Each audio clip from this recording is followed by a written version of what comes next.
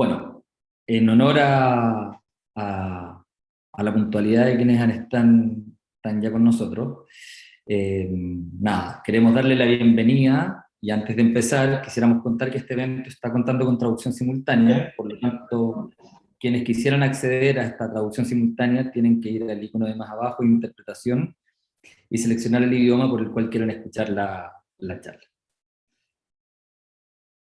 A continuación, quisiera darles la bienvenida. Mi nombre es Fernando Ananías, soy el director de Marketing, Comunicaciones y Extensión de la Facultad de Diseño de la Universidad del Desarrollo. Y quisiéramos darles la más cordial de las bienvenidas al encuentro en torno al diseño de servicios que hemos organizado como Facultad de Diseño de la Universidad del Desarrollo, el cual hemos denominado el valor de diseño de servicios, la mirada finlandesa en el contexto chileno. Queremos saludar a todos quienes nos acompañan hoy, en especial a la decana de la Facultad de Diseño de la Universidad del Desarrollo, Alejandra Menábar, a Mariluz Soto, nuestra investigadora y quien ha coordinado este evento en el contexto del cierre de su proyecto Fondar, y a nuestras invitadas internacionales Satu Mietinen y Mira Alfonso. Para dar inicio al evento le entregamos la palabra a la decana Alejandra Menábar, quien entregará un saludo de bienvenida. Alejandra. Bueno, muy buenos días a todos, gracias Fernando, muchas gracias a todos por estar acá acompañándonos esta mañana. Como Facultad de Diseño de la Universidad del Desarrollo estamos muy contentos de esta convocatoria que se está transmitiendo también por UDTV, así que tenemos dos canales hoy día para transmitir este seminario y que pueden ser parte de esta actividad en una temática que día a día cobra más valor. Aunque nos hubiese encantado realizar este seminario de forma presencial, la pandemia nos sigue obligando a la realidad telemática, la cual ha puesto a prueba distintos servicios y ha requerido soluciones que hace unos años parecían totalmente imposibles. Estos 2 años de pandemia nos planteó nuevos desafíos porque los servicios, al igual que el diseño, probablemente jamás los evaluamos sino hasta que fallan. Para las personas, los servicios generalmente son invisibles. Esta transparencia se debe a un proceso finamente diseñado en el cual el conocimiento de la experiencia de los usuarios es fundamental, permitiendo, por ejemplo, definir las interacciones, el contexto en el cual está inserto, los potenciales bloqueos y las soluciones, es decir, un conjunto de elementos en el cual participan profesionales de distintas áreas que comparten un enfoque que centra cada una de sus acciones y decisiones en los usuarios. ¿Pero qué significa que los servicios estén centrados en los usuarios? Significa escuchar, explorar, proponer, colaborar, co-crear, testear, prototipar, decidir con quiénes están involucrados en los servicios de forma directa o indirecta para que obtengan servicios que respondan a sus expectativas, que solucionen, que faciliten un proceso, en el fondo, que contribuyan al bienestar de las personas. Ejemplos en la vida cotidiana hay muchos, y sin ir más lejos, la pandemia obligó a la educación del mundo a enfrentar el desafío de seguir formando profesionales en nuevos formatos impensados hace tan solo 3 años atrás. Nuestra universidad enfrentó la nueva realidad y rápidamente pasamos de la presencialidad a la virtualidad, ofreciendo un sistema online al cual todos no estábamos 100% preparados. Nuestro proceso siguió naturalmente la lógica de diseño, en lo cual desde un problema observamos, investigamos, decidimos, prototipamos, exploramos las soluciones, etc. Y felizmente lo logramos. Sin embargo, nos significaron 2 años de ensayo y error con disímiles resultados. ¿Qué habría pasado si antes hubiésemos podido dimensionarlo todo? ¿Qué hubiese pasado si hubiéramos hecho un plan piloto que nos mostrara qué mejorar? Quizás el resultado habría sido el mismo, sin embargo la pandemia aceleró todo y cada vez un buen diseño de los servicios cobró mayor relevancia. Antes, uno de los ejemplos más usados para explicar el valor del diseño de servicios era el de la cafetería. Si tenemos 2 cafés en la misma cuadra, ¿qué hace que entremos a uno y no al otro? Actualmente los desafíos son mucho más complejos. Si antes la ida al supermercado y la experiencia de compra en el recinto tenía que ser impecable, hoy el despacho cobró gran importancia. En este sentido, las cadenas de supermercados comenzaron a implementar distintas iniciativas para acercarse a sus clientes frente a las restricciones de aforo y desplazamiento. Además, aplicaciones como Corner Shop sumaron a las experiencias de compra la interacción tecnológica y el funcionamiento de una aplicación móvil para facilitar la interacción usuario-servicio. La digitalización nos planteó un tremendo desafío, pero también una invitación a mirar todos nuestros procesos, a hacerlos eficientes y a prueba de pandemia para entregar a los usuarios y consumidores un relacionamiento con las marcas y una experiencia que a todas luces sea superior a las que conocíamos. Estamos convencidos que el diseño de servicios es un aporte sustancial para el crecimiento de los países y para el bienestar de las personas. Como facultad lo hemos integrado como uno de nuestros propósitos estratégicos, tanto en la formación de pregrado, de posgrado y de educación continua. Sin duda es un tema apasionante y por eso en la jornada de hoy reunimos 3 expositoras que nos compartirán desde sus experiencias y reflexiones distintos ámbitos del diseño de servicios. Satu, Mira y Marilú, y especialmente la presencia de Satu Mitinen, una líder mundial en esta materia que nos inspirará para imaginar y trabajar en los desafíos que vienen o están por venir. Gracias a todos por compartir con nosotros esta mañana el interés de conocer más sobre el diseño de servicios e inspirarnos junto de las presentaciones que veremos hoy. Especialmente quiero agradecer a Marilu Soto, investigadora de nuestra facultad y quien ha estado a cargo de este proyecto. Estamos seguros que como facultad seguimos aportando en nuestro sello de responsabilidad pública para seguir haciendo de la innovación, las mejores prácticas, un distintivo en el desarrollo de nuestro país. Muy bienvenidos a todos y muchas gracias. Muchas gracias, Alejandra. A continuación vamos a dar inicio a nuestro programa. Quisiéramos recordarles que tendremos en el chat el link para que ustedes puedan dejar algunas dudas que quieran o algunas preguntas que quieran entregarles a nuestros expositores para que finalmente, cuando hayamos concluido las disertaciones, podamos compartirlas junto a ellos. La primera charla estará a cargo de Marilú Soto. Marilú es investigadora y profesora de la Universidad del Desarrollo con experiencia en consultoría, desarrollando proyectos de comunicación y diseño en Chile, Panamá, Nicaragua, México y Finlandia. Marilú obtuvo su grado de doctora en diseño de servicios de la Universidad de Lapland, con un proyecto enfocado en las habilidades emocionales de los diseñadores de servicios. Sus temas de interés son el diseño de servicios, la co-creación, las emociones, el bienestar y la exploración transdisciplinaria que abre nuevas perspectivas de investigación y prácticas de servicio. Marilú, muy bienvenida. Muchas gracias, Peña. ¿Me escuchan bien, cierto? Que me aparece con un mensaje. Muy bien, muy bien. Ya, perfecto. Muchas gracias y bienvenidos a todos. Les voy a compartir mi pantalla mientras se carga. Les puedo ir contando que este proyecto es un proyecto financiado por el Fondart, el cual es desde la convocatoria del año 2019, en la línea de diseño, modalidad investigación, y el título es Valor y contribución del prototipado de diseño de servicios para el fortalecimiento de la industria desde la experiencia finlandesa al contexto chileno. Yo sé que es muy largo, pero básicamente se enfoca en el prototipado de diseño de servicios y cómo desde la experiencia en el laboratorio 5 de la Universidad de Lapland se puede vislumbrar ciertos aportes a nuestra realidad, a los servicios que tenemos en Chile, la forma en cómo podemos seguir trabajándolo y mejorándolo.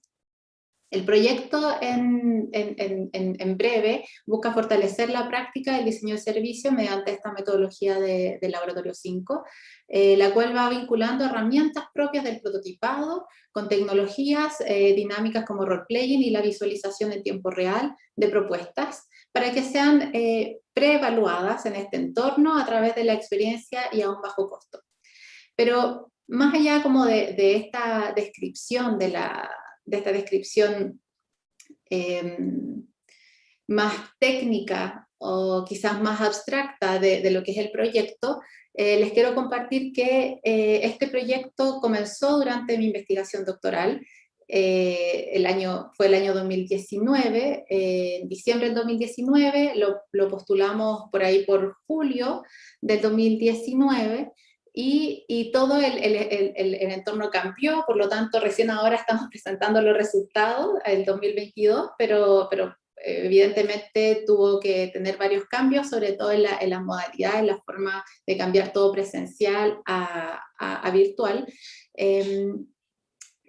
Y en el inicio de este proyecto, yo tuve la oportunidad y la fortuna de poder conocer antes el Laboratorio 5, antes de llegar a Finlandia, pero en el momento en que llegué ahí y empecé a trabajar, que parte de mi investigación doctoral también se hizo en el Laboratorio 5, que trabajé en conjunto con Mira Alfonso, cuando ella estaba haciendo un taller para un curso de magíster, y desde ese curso magíster pude ir recolectando información para mi investigación. Pude ver y que finalmente es cómo fui generando este proyecto inicialmente y presentándolo al equipo, el equipo de trabajo de esta investigación.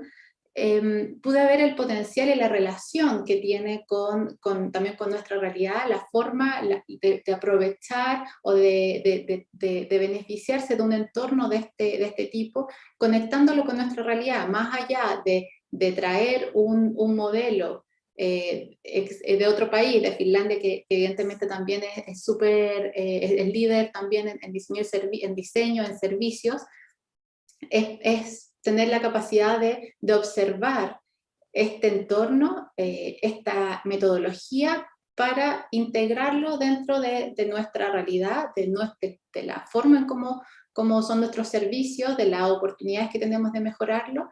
Y desde ahí nació este proyecto, de esa observación, de esa también pequeña obsesión de poder identificar de qué forma podía, desde mi experiencia, desde lo que yo estaba viviendo, desde lo que yo estaba experimentando en este laboratorio, podía luego traerlo a Chile y poder mirar desde esta lógica, desde esta forma de interactuar y de generar una experiencia en un ambiente de laboratorio, en un ambiente protegido, observar los servicios.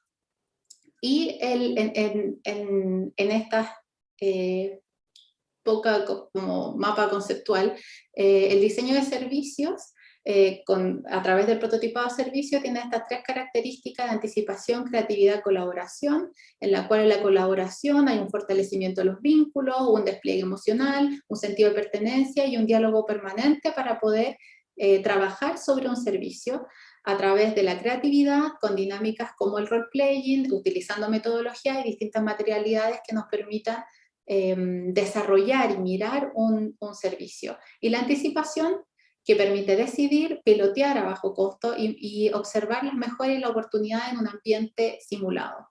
Y todo esto, también para quienes me conocen y saben que siempre trabajo mucho con las 3C, y también uno de los miembros del equipo es el autor de las 3C, todo se basa en cabeza, corazón y cuerpo, y de cómo todo esto está integrado dentro del prototipado de servicios también. Los objetivos del proyecto también los voy a hacer bastante breve. El objetivo general es básicamente la incorporación del prototipado de servicios para poder diseñar experiencias que además vinculen el sector académico, público y privado, que era otra de los ámbitos que observé que era mucho más fuerte en el laboratorio 5 versus lo que yo conocía de mis experiencias previas en la academia chilena, de cómo todo podía estar vinculado de una manera mucho más fluida, mucho más integrado, para poder trabajar juntos y poder generar conocimiento, al mismo tiempo desarrollar proyectos y generar experiencias reales para estudiantes, investigadores y también los profesionales. Pero con estas salvedades, que es en sintonía con el contexto chileno, en beneficio de la generación de conocimiento, es decir, que todo lo aplicado, todo lo desarrollado también vaya generando conocimiento a través de conocimiento corporizado, pero también teórico a través de paper, de capítulos de libros, de distintas instancias que permitan compartir conocimiento, no solamente para el ámbito académico, sino que también para el ámbito profesional. Y que también tuviese un énfasis en el bienestar a la sociedad, porque a través de mejores servicios también la percepción del bienestar de las personas también va mejorando. Como objetivos específicos, principalmente fue distinguir y categorizar la experiencia en los prototipados, identificar las principales características del funcionamiento del laboratorio 5 y comparar los atributos y las características de ambas culturas, es decir, desde el objetivo específico número 1, donde miramos los distintos casos de servicios chilenos comparando con las características, que es el objetivo 2, y luego haciendo este cruce entre ambas realidades. Las actividades claves fue la investigación, revisión de casos de laboratorio 5, entrevista y análisis de la metodología de todo el funcionamiento. Eso lo hicimos en conjunto con Mira Alfonso, distintas entrevistas. Talleres, los cuales se los voy a comentar un poquito más adelante, que lo hicimos online en 5 ciudades de Chile. Un análisis comparativo, que ya era la etapa de trabajo como al interior del equipo de trabajo, la definición de conclusiones y la difusión, que es lo que estamos viviendo hoy. El equipo de trabajo, somos estas 6 personas. Con Mira trabajamos bastante en la investigación, en el desarrollo de talleres. Natalia estuvo apoyando la coordinación, o sea, realizó la coordinación y apoyando la investigación. Satu Metinen, Mauricio y Catherine fueron los investigadores senior, cada uno en su ámbitos de expertise. Satu como especialista en diseño de servicios y también en laboratorio 5, Mauricio como especialista en comunicación, adaptación cultural de proyectos, y él era el autor de las 3C que les comenté antes, y Catherine Mollenhauer como especialista en metodologías de proyectos teóricos y aplicados. Estas 6 personas estamos detrás de este proyecto y estamos muy felices de poder compartirlo con ustedes. Ha sido un trabajo largo y también con todas las distintas situaciones, como muchos proyectos que nos tuvimos que adaptar al cambio constante de la pandemia. Realizamos entrevistas, investigación de escritorio, lecturas, bibliografías, y también la definición de casos, que también lo hicimos a través de entrevistas. Era la forma más fácil de poder, y más precisa también, de poder identificar cuáles eran las distintas, el impacto de las distintas experiencias. Esto a través de diseñadores de servicios chilenos. Fuimos construyendo cada uno de los casos desde la experiencia de ellos.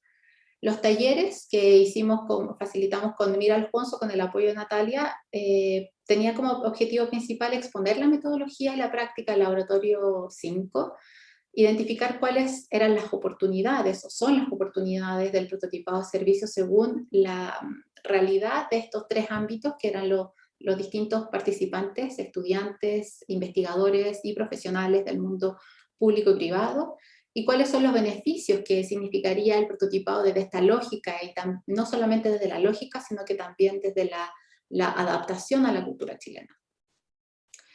Realizamos los talleres en estas 5 ciudades, en Arica, La Serena, Santiago, Concepción y Punta Arenas, entre junio y julio, donde participaron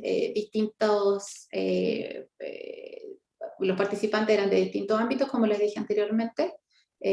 Lo pasamos muy bien. Creo que con Mira hicimos un taller que fue bastante dinámico. Nos apoyamos con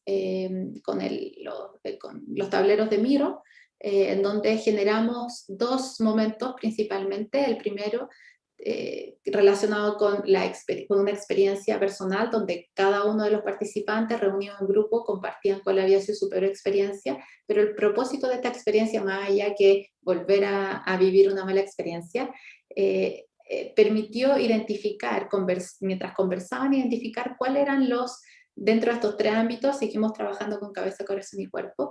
Dentro de estos 3 ámbitos, la mala experiencia, qué era lo que nos hacía sentir que era una mala experiencia, por qué fue una mala experiencia, identificar cada una de estas variables para no solo quedarnos con viví una mala experiencia porque no me funcionó algo, sino que empezar a desmembrar esa mala experiencia para poder entenderla y poder identificar todos aquellos aspectos que al mismo tiempo pudiesen ser mejorables.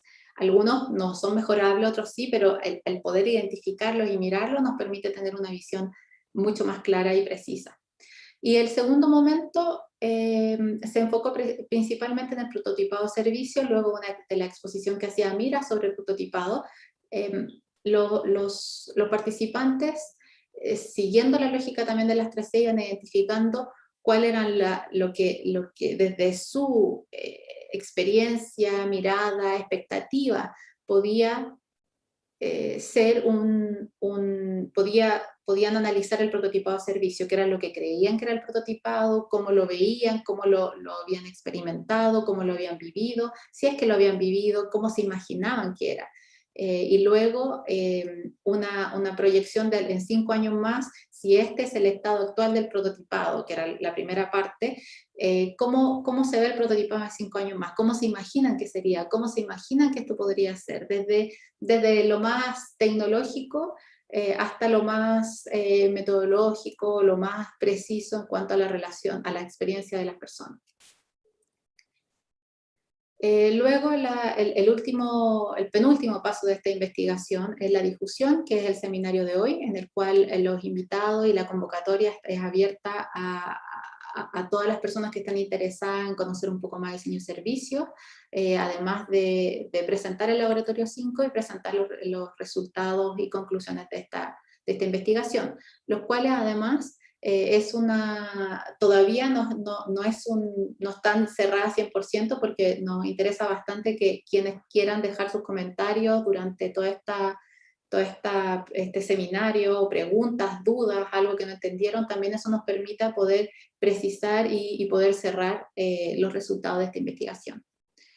Los resultados están conectados principalmente con las características del laboratorio 5, las cuales dentro de toda la investigación identificamos que eran estas 4, visualización de oportunidades, colaboración activa, dinámica ágil y pelotera a bajo costo, las más relacionadas con el contexto chileno, las que podrían ser de mayor beneficio para el contexto chileno. Esta visualización de oportunidades, estos 4 ámbitos, permite que las distintas organizaciones, ya sea privada, pública, y también los proyectos de investigación desde las universidades les permite poder obtener una simulación, un espacio, un entorno en el cual se puede ver un servicio de una manera mucho más concreta, y más concreta desde el punto de vista porque uno lo puede experimentar al estar en este espacio. Ya las características del laboratorio la van a ver con Mira Alfonso y quizá van a entender un poco más lo que yo les estoy tratando de decir a través de este espacio, entorno o simulación. Pero permite además en esta simulación la colaboración, la integración de distintos actores, tanto usuarios como dependiendo de cuál sea el espacio, si por ejemplo fuese un supermercado, los cajeros, supervisores, reponedores, también al sentirse en un espacio, no sé, una sala de espera, un hospital, por ejemplo, quienes son todas las personas que están involucradas en esa sala de espera, si es que queremos mejorar un servicio de sala de espera, por ejemplo, podemos integrar a todas las personas, recepcionistas, la persona que está guiando a la gente, los guardias, todas las personas que pueden participar en ese entorno. Y la dinámica ágil y pilotera a bajo costo tiene que ver también con la metodología, con la forma de abordar esta simulación del servicio a través de distintas actividades o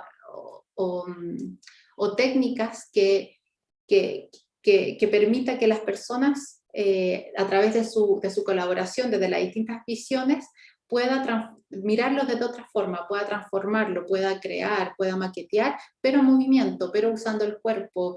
De hecho, por ejemplo, ayer vi una foto de mi sobrina, en la cual ella era una guerrera espacial. Algunas de las personas de mi amigo también se las compartí. Y finalmente el prototipado es volver también a hacer ese tipo de actividades, donde cuando niños nos poníamos cualquier elemento, un sombrero, podía ser de cualquier tipo, y eso generaba toda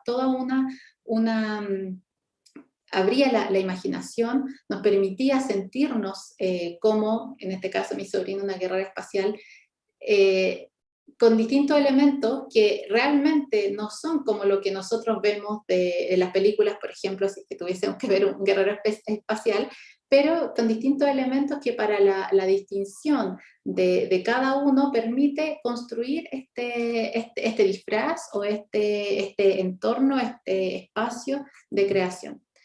Y también otra de las características es como es a bajo costo, y dentro de algunas de las observaciones o de las entrevistas que realizamos, Los proyectos en Chile no siempre consideran el prototipado porque finalmente los presupuestos siempre son acotados y hay que ir seleccionando cuáles son los ámbitos que finalmente del proyecto, la etapa del proyecto que uno puede realizar, y el prototipado no siempre es uno de los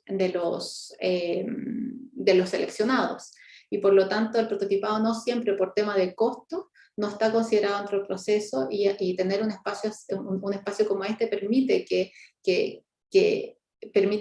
el testeo pueda ser, por ejemplo, en un espacio seguro, y se pueden ir vinculando distintas etapas, o se puede ir configurando un proyecto de una manera en que también calce con los presupuestos, puede calzar con las etapas, pero sobre todo con poder generar y mejorar un servicio a la escala que se espera como resultado final.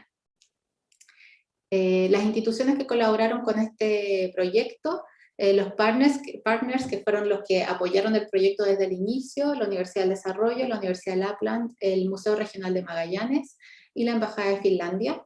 Y las instituciones que colaboraron para la realización, por ejemplo, los talleres que se unieron en esa instancia, en la Escuela de Diseño de la Universidad de La Serena y el INACAP, los cuales participaron tanto en Arica como también en Punta Arenas, en conjunto con el Museo Regional de Magallanes. Esas son las instituciones, pero hay muchas personas con las cuales participaron de manera generosa, que me ayudaron a coordinar cada uno de los talleres en cada una de estas instituciones. Por lo tanto también ellos son parte de este proyecto, y también los participantes de los talleres, los cuales generamos grupos entre 5 a 12 personas. Por lo tanto, cada uno de ellos también, y las observaciones que ellos hicieron y el aporte que hicieron, también son parte de este proyecto. Esa es mi presentación, le agradezco mucho la atención. Me imagino que también todos están esperando en la presentación de Satu Mietimin y Miral Honsua, así que no me voy a alargar más con este momento. Y muchas gracias. Dejar de compartir. Gracias a todos por escuchar. Muchas gracias, Marilu. Muy interesante tu presentación. Y a continuación vamos a seguir con nuestros invitados internacionales. La primera presentación será de Satu Mietimin. Satu es decano y profesora de diseño de servicios en la Facultad de Arte y Diseño de la Universidad de Lapland en Finlandia. También se ha desempeñado como profesora de arte aplicado y diseño durante los años 2011 y 2016 en la misma universidad, y realizó una de las primeras cátedras de diseño de servicios, siendo autora de algunos de los primeros libros de estudio sobre esta temática: An Introduction to Industrial Service Design, Service Design with Theory, y con Mikko Koivisto, Designing Service with Innovative Method. Ha dirigido varias tesis doctorales sobre diseño de servicios y una gran variedad de tesis de maestría relacionadas con diseño industrial, diseño y artes aplicadas, así como diseño centrado en las personas y diseño de servicios. Muchas gracias por estar con nosotros y bienvenida a Satu Mietimin. Many thanks. It's definitely my pleasure to how do you say? I would love to be in person there, but it's nice also to be able to meet you and talk online. And I'll be sharing some experience how service design research could contribute and create value. And many thanks for the Universidad del Desarrollo and also Mariluz and Dean also there at the other side for inviting me to speak about service design. And my perspective today with this small talk is to illustrate a little bit service design in different levels. When we are talking about the benefits and contribution and value of service design, I think it's good always to keep in mind that there are this strategic level and more tactical level.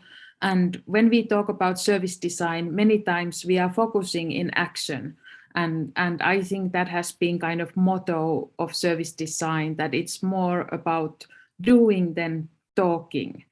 but I think we should little bit put the talking back into service design and remember that it is also strategic and big contribution how service design is bringing value is through its strategic ability.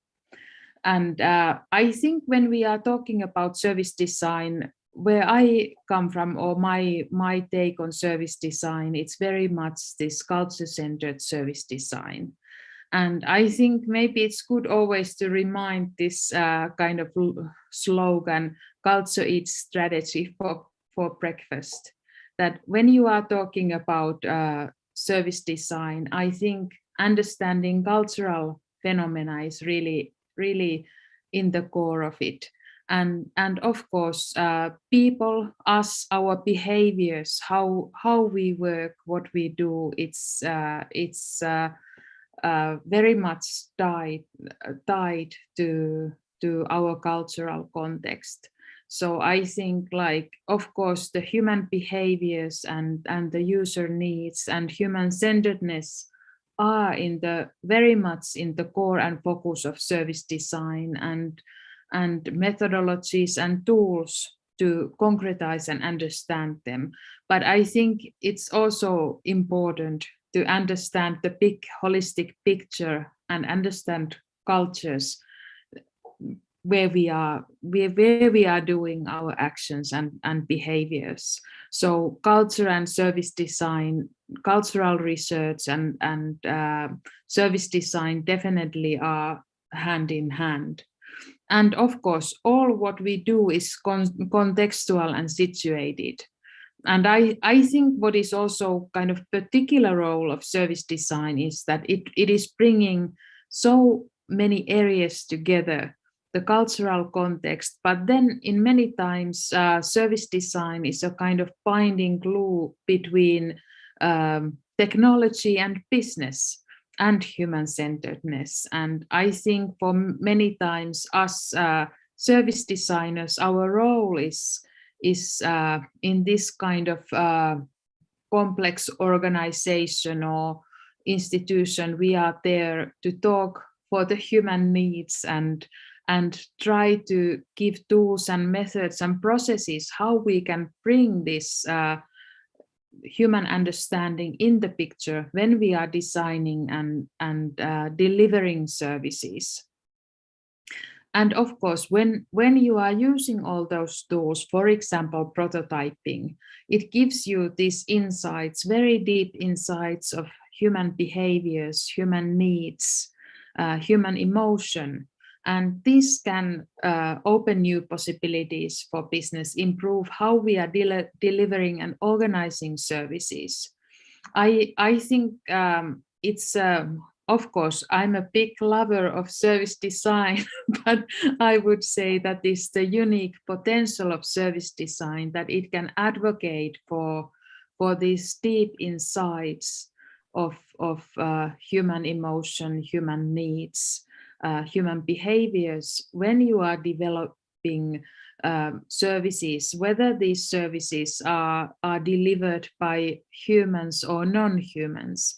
Because I think more and more in service design, we have to take into consideration that there is so much HIE, there's so much human-computer interaction, and a lot of non-humans also are involved in the service production. And service design is developing and also developing new tools, how to bring this kind of technological understanding into designing and delivering services. Of course, where we are, our context or my context is service design research group. We here at the University of Lapland, we have had already for some time service design research group, which is interdisciplinary research group. We have members and researchers from various areas of social sciences and technologies. So it's not only design, but it is bringing variety of it is bringing variety of different sciences and disciplines together. And of course, also here our emphasis is in value co-creation, and value co-creation can be various. I think we can add value to communities, organizations, institutions, and companies. I'm somehow thinking that we are working in this very wide spectrum, where on the other hand we have kind of the idea of common good, and on the other hand we can have the business opportunities. And I'm knowing that many times you are thinking that these can be also understood as polarities. But I'm somehow thinking that these two sides, they feed into each other's. I think these are polarities that can benefit each other's. And in our research group, I think our area where we are working, it's definitely addressing both sides, the public services and business. So finding opportunities as well as addressing societal challenges. And of course, I think what is important for us is this kind of idea of inclusion and equality and equity. I think more and more we are addressing aspects like decolonizing and pluriversal values, trying to use service design to maybe also deconstruct some of the old structures. Many times we also may be working with sensitive and conflicted issues. And I'm thinking that service design is and has been developing a lot since those days that the first toolbooks for service design were made. When I look back at the work that we have been doing and what we have done, I think what I see very useful and kind of very direct benefits, very direct value generation is industrial PhDs. We have had now 2 doctoral students who both have defended their thesis at Volkswagen, Titta Julkas and Linus Schaaf.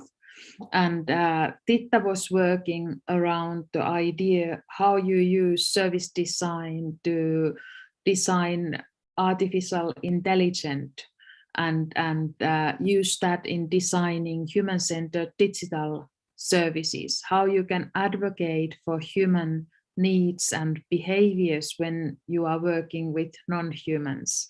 In this case, AI assistants, help robots, maybe you could say in very concrete language. So I'm thinking that it's a long way that service design has come from its first steps. I think when we started service design, it was very much advocating for human interaction in the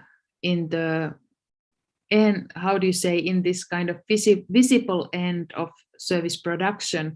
And when you now think that we also work there very much in the backstage of design, figuring out how you can help robots into human-centered interaction, I think it's a long way that service design has come. Also, Linus's work, I think it's very relevant and somehow close also what Mariluz is doing, because it is also around this how to digitalize the service design process, and of course this also prototyping and Synco is very close to that. Linus has been working around how to bring Sinko into totally digital experience. In this, we had a 2-year frame agreement with Volkswagen, and they were transferring the Sinko into 10x Sinko is called 10x in their organization. And I think their service design is bringing in value in implementing digital service design process, which is kind of cross-cutting in their organization. If I think about doctoral thesis, now there is 14 doctoral theses around service design. I think it's quite remarkable amount of service design research that it's bringing added value to organizations, companies, public institutions. Some of them are done in service design doctoral school. A couple of them, I think, are more art orientated. I think they would go to this kind of idea of understanding cultural context rather than direct action of service design. But majority of them is very in the heart of service design. And I have to take this opportunity to advertise a little bit and say that these are something that you can access and read through Lauda. So please use some time and also go through all the research already written around service design. And if I think about this whole body of information, it tells you the kind of, how do you say, wide spectrum of service design. When you are looking at these human experiences, human emotions, human behaviors, and their context can be this kind of idea of creating new hospitals into digital process flow in Volkswagen. I think that gives you quite wide understanding in how many fields you are now implementing service design and where it is bringing benefits of service design. If I think about the kind of shift in service design research and literature, I think that is very much visible also in the books. Like if I think about this, like designing services with innovative methods, which was one of the first toolbooks for service design.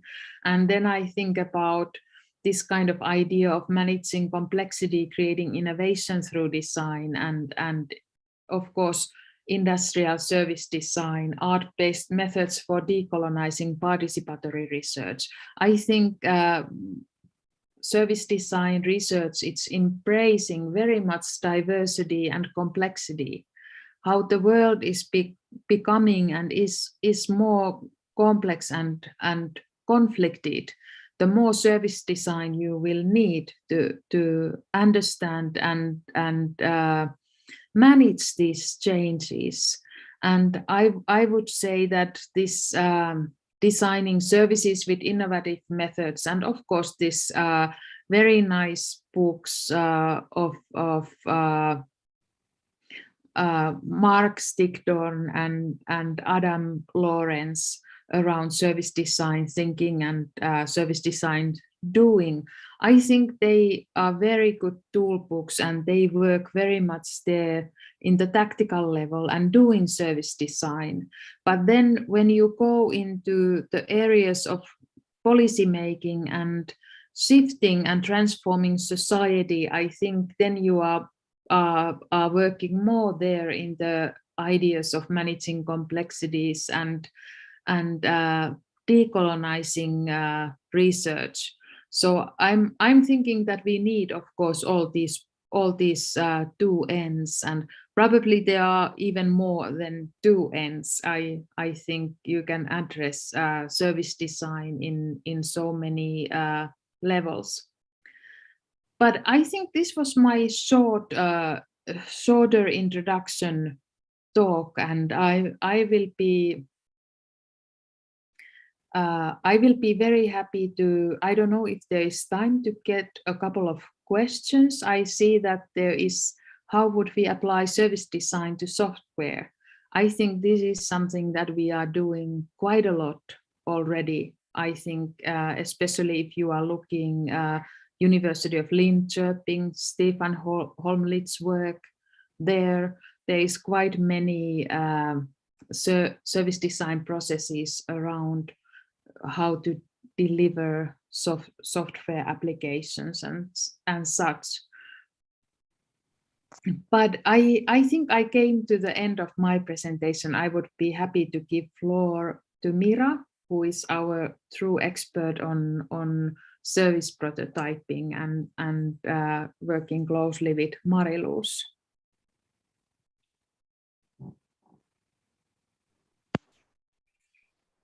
Muchas gracias, Satu.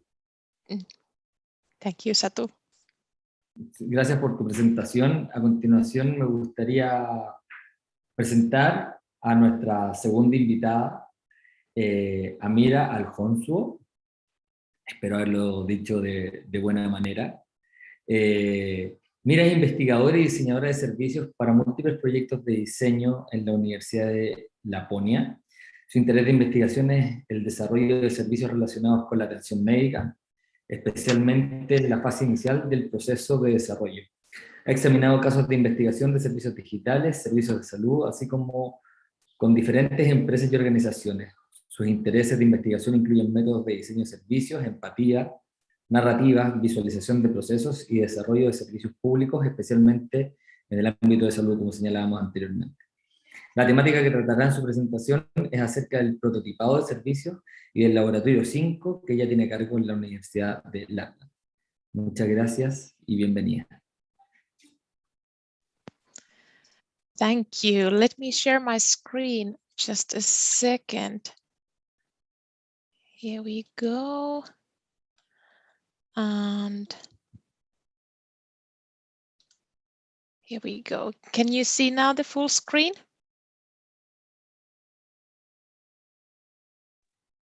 Maybe? Not yet.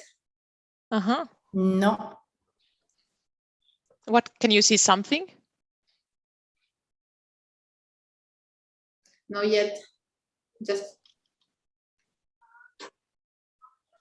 Okay, let me try again. Screen 2 and share. Now we can see. Now yes. Yeah. And then Yes, we can. Yes, we can. Yeah, now all good? Oh, good. Yes, super. Whew, that's always a terrifying moment when something is not correct with your PowerPoint. But well, good that you can see now. So good morning, everyone in Chile, and good afternoon, others in Europe or wherever you are. My name is Mira Alfonso, and during my presentation, I will going to introduce you service prototyping and more detailed what is Service Innovation Corner, so-called Synco Lab. I will put my stopwatch on, so I keep myself in time. So in this presentation, I will first explain what is prototyping and why we are doing prototyping. So let's start from the very basics. So in product or industrial design, the prototyping means building a mock-up that we can feel how the shapes of the product. We can understand ergonomics, different materials, and for instance, where are the buttons? These mock-ups are usually very fast, inexpensive models that can be used to understand the various features of a product. And when it comes to services, in service design, the service prototyping aims to understand the human experiences more holistically. And I will then explain that more in detail. Through service prototyping, we can consider different aspects of service journey and the user experiences. Services are actually very multi-leveled processes where different so-called touch points are guiding the service users throughout the process. In these bubbles, we can see several touch points, such as sign guiding the people in the right place, face-to-face interaction to provide the service. Let's say touch point can be SMS message as a reminder of upcoming doctoral appointment. It can be a gift, such as a piece of chocolate on a pillow in your hotel room, or it can be employee uniforms that you can find them better in a shop. These all can be considered and designed through service prototyping. And I can hear some extra noise, so I hope that you all can mute your microphone, so it makes speaking a little bit easier. Thank you. This goes to nicely summarize the service prototyping from my experience. So service or system is being analyzed, ideated, developed, and tested in user experience point of view with quick prototypes together with different stakeholders before actual implementation of products or other investments. And if I would highlight 6 features which introduces the values of service prototyping, I can now introduce that in this slide. So first, service prototyping is very human-centered, where we can better understand different needs of end users, service providers, and other important stakeholders. Second, it's co-creative, where multidisciplinary field and people from different backgrounds are engaged in co-creative practices. Third, service prototyping helps to sequencing services in different service moments, and that helps to analyze experiences better. Fourth, making intangible value visible gives you evidence for your ideas, and thus ideas are easier to develop further when you have something concrete. Fifth, service prototyping can create a holistic picture of the service and all the aspects of service systems. And finally, the last one is concretizing, which means that through quick and rough experimentation and testing, we can concretize the ideas in very early phase. And next, I'm going to introduce you few different prototyping techniques, how to do prototyping. What are the techniques and methods in service prototyping? So I will introduce you role-playing, desktop walkthrough, and paper prototyping. Let's start with the role-playing. Role-playing is a theatrical method where individuals take a role and act the service through playing the given role. In the very best situation, service providers can jump into the shoes of the customer and another way around. It can be very eye-opening to see how the service looks from the different perspectives. This picture quite nicely illustrates the sequencing service journey. So while we are doing role playing, we create a storyline or a narrative from the service. And as in this example, where we have the first 6 service moments of a traveling experience in Finnish Lapland. These sequenced moments create a holistic service picture. So starting from the traveling and then arriving to the Lapland, experiencing a husky safari. So splitting the service in these service moments. And then we can zoom into these moments and understand the features and touch points in that specific moment. And when we are doing service prototyping and role playing, we often build mock-ups because services and products are connected together. When you are using services, you usually use a lot of products, and other way around. So this cardboard machine is a mock-up how to pay a ticket while stepping into the bus. There is this iPad attached in the middle of the cardboard, and there is this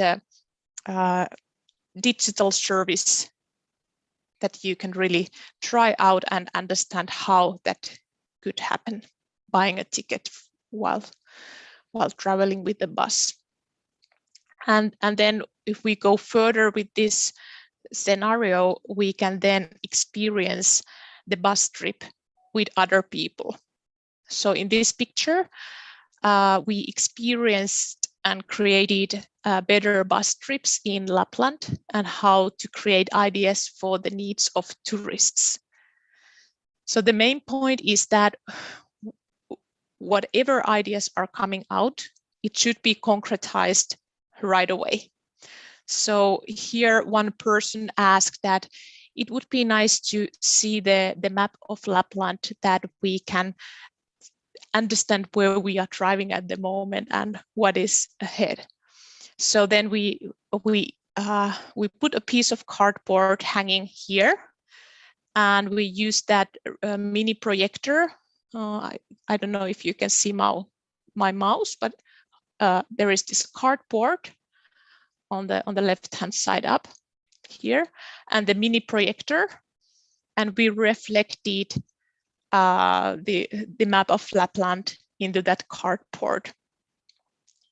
That the idea is more concrete, and when it's more concrete, it's better to discuss and develop the idea even further. So basically, this cardboard that represented as a TV screen where information is shared. Okay, let's go further. Next, a desktop walkthrough. Another way to do prototyping is desktop walkthrough method, or using Lego Serious Play. The values are that you can understand better, for instance, distances, transitions, for example. It is also a great tool to guide discussion between each other. Here in this picture, our students prototype the traffic situations in Lapland and how different exceptional situations affected driving. This top-down picture of the road was projected on a white table by using a projector. Actually, that's really simple way to prototype this desktop walkthrough, when you can easily change pictures. You can, for example, utilize Google Maps or floor plans to project whatever you want in that moment. The desktop walkthrough method helped to guide dialogue between design students and experts from different fields. It is easier to discuss when you can concretely show how, for instance, patient is moving in a hospital or a bus delivery service is finding a way to bring a package. So in this picture, that was more like understanding different needs of different stakeholders. And that through that way, it helped to guide the dialogue between these participants around the table. A desktop walkthrough can be also utilized at the same time with role playing. And well, that's something what I love the most. So in this picture, these two men were designing the entrance for ski resort in Rovaniemi, in my hometown.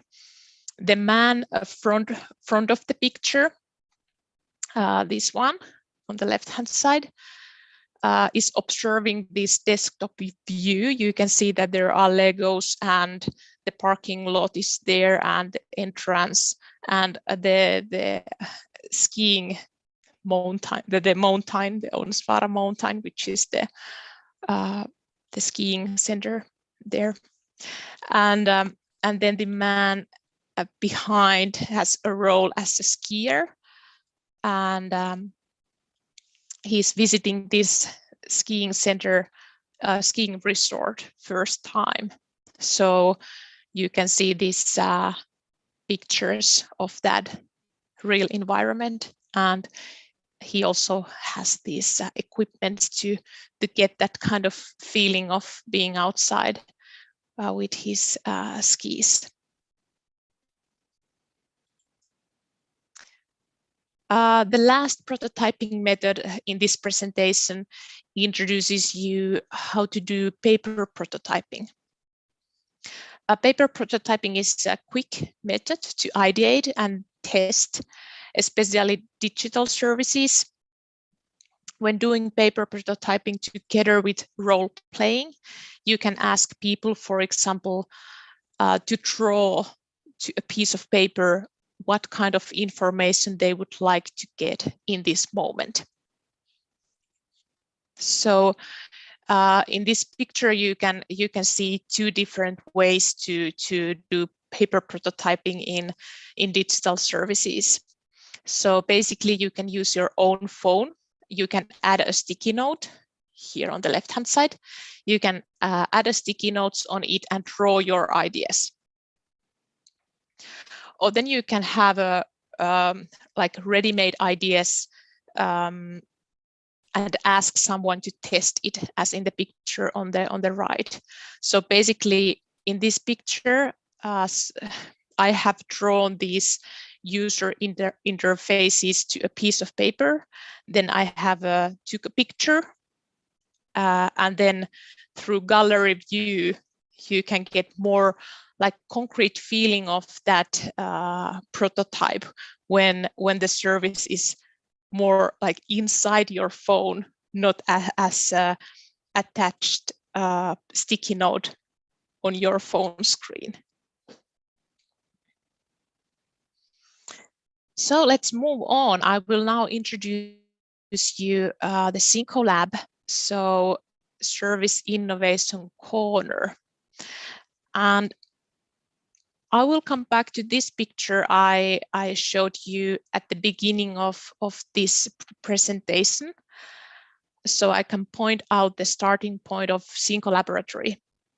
So the starting point was the analogy of foam model making workshop culture in industrial design. And our overall goal was to support prototyping workshop-based working culture in service design with a new laboratory concept. So if I highlight here, this was the starting point. Having this kind of mock-up level service prototyping. So we started to have a sort of ideas from the environment. So we wanted to have this kind of industrial design, smithy look-alike environment also in our single app, that it feels that kind of hands-on making and doing.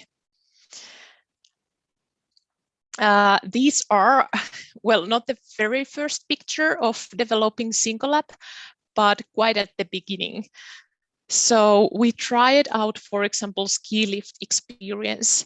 So we wanted to try out different options to reflect pictures and learn what we need to consider to achieve the best feeling of standing in the environment. So we had these white curtains, and we were thinking that what is the right size to project? What is the right level in different dimensions, and that it gives you the feeling that you are in the environment. Next, I will show you a video which is also quite an old already, but I think it nicely explains the core idea and core elements which we still have in SyncoLab. This story in the video tells you how to create a snowmobile experience and ideating different ways to show your speed while driving.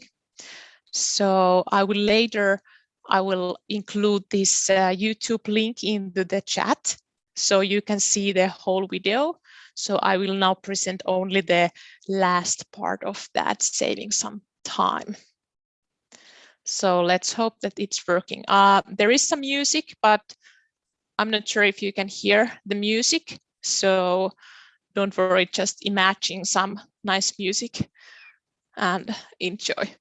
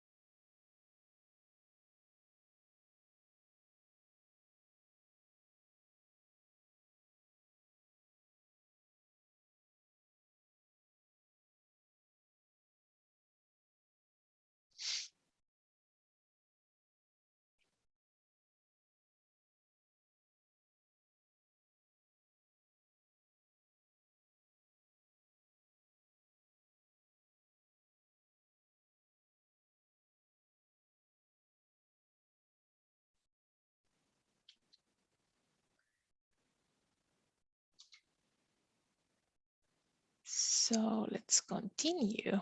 So you saw some role playing, you saw some mock-up building, and then we can jump into the moment where we are now. So SyncoLab means Service Innovation Corner and is a space, a set of methods, and a way of working. It's located here at the University of Lapland. So we have the stage for a role playing. It's on the left-hand side in this picture. You can reflect pictures from services and service moments. And while standing in front of the screens, you get that feeling that you are in the real environment. These pictures are built on the normal PowerPoint presentation. So just by clicking slides, you can jump into another service moment. So we try to keep it as simple as possible, that basically everybody can use it, that you don't need to have any specific programs to run through this service prototyping in Synco. So we are collaborating with many companies, public and private sector, and also academies. And we try to to develop these single lab methods continuously.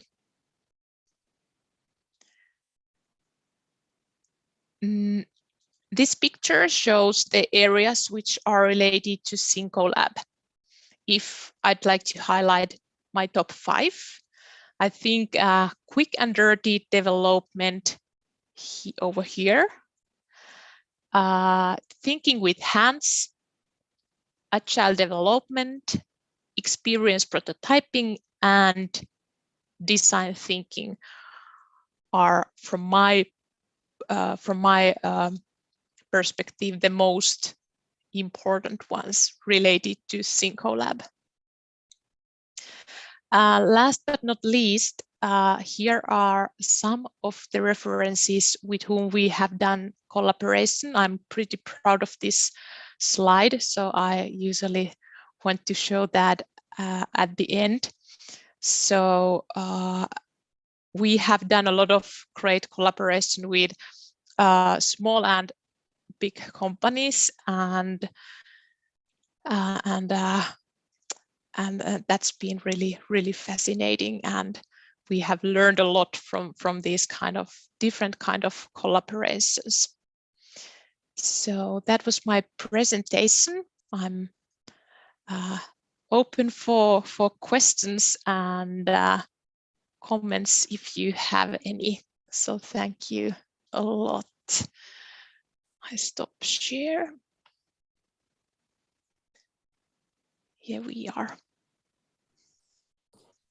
Muchas gracias, Mira. Muchas gracias por tu presentación. Bueno, la verdad es que estamos un poco sobre la hora con tiempo para las preguntas, por lo tanto, si no hay ahí en el chat, vamos a dejar abiertas cualquier otra consulta que se quiera hacer para que se las puedan hacer directamente a Mariluz. Cuando Mariluz pueda hacer las preguntas y pueda llevarlas directamente a Mira o a Satu, para que se las pueda hacer llegar, o incluso para ella también, cualquier consulta para que las podamos responder. Para finalizar, quisiera dejar con ustedes a Mariluz, que en este contexto tiene un importante anuncio que informarles y que para nosotros también es de bastante orgullo. Mariluz. Muchas gracias Peña. Gracias Pía también por compartir la pantalla. Para finalizar este encuentro, además de agradecer a Satu, a Mira por sus inspiradoras presentaciones, les quiero contar que en la Facultad de Diseño de la UDD hemos estado creando y definiendo un maravilloso proyecto que nos tiene súper contentos, y ustedes serán los primeros en saber que estamos implementando el primer centro de diseño de servicios en Chile, el cual partirá desarrollando el prototipado de servicios justamente siguiendo el modelo del Laboratorio 5 de la Universidad de Lapland. Es muy importante para nosotros la presencia de Satu y Mira hoy, porque ya contamos con nuestro primer escenario de simulación de servicios como el primer puntapié de este centro, que esperamos pueda contribuir y a fortalecer y mejorar los servicios de nuestro país. Personalmente, para mí, es un honor y satisfacción tremenda al haber estudiado el único doctorado de diseño de servicio del mundo y haber vivido en Finlandia, un país donde el diseño y los servicios son prioritarios a nivel país, que el inicio de este centro incorpore esta mirada finlandesa, pero integrándola a nuestra idiosincrasia para que de manera constante y delicada desarrollar servicios de excelencia. Este es solo el inicio y esperamos que nuestro centro, el cual además cuenta con el apoyo de Procorp, crezca de manera sostenida, desarrollando proyectos con empresas y organizaciones y llevando a cabo investigaciones que contribuyen con el diseño y siendo parte de los temas globales. Gracias a todos por su atenta participación en este evento y lo mantendremos informado de los avances del centro. Les dejé mi correo por si tienen alguna consulta, que la pueden hacer como dijo Peña. También les voy a dejar el link del sitio que hemos estado preparando a propósito de este proyecto y que va a seguir actualizándose, y al final de mes va a tener el informe final para quienes quieran recibirlo. También pueden dejar ahí su correo y así se lo podemos enviar a su correo de vuelta. Muchas gracias a todos.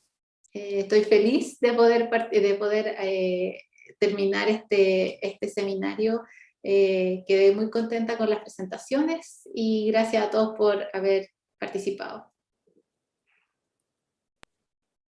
Bueno, muchas gracias a todos. Luego esta excelente noticia que nos transforma en pioneros en el desarrollo de centros de esta metodología y que siguen impregnando el diseño e innovación de nuestra universidad. Les damos las gracias por habernos acompañado y les deseamos una muy buena semana. Muy buenos días. Buenos días, gracias a todos. Gracias, Ale. Muchas gracias a todos por habernos acompañado. Muchas gracias.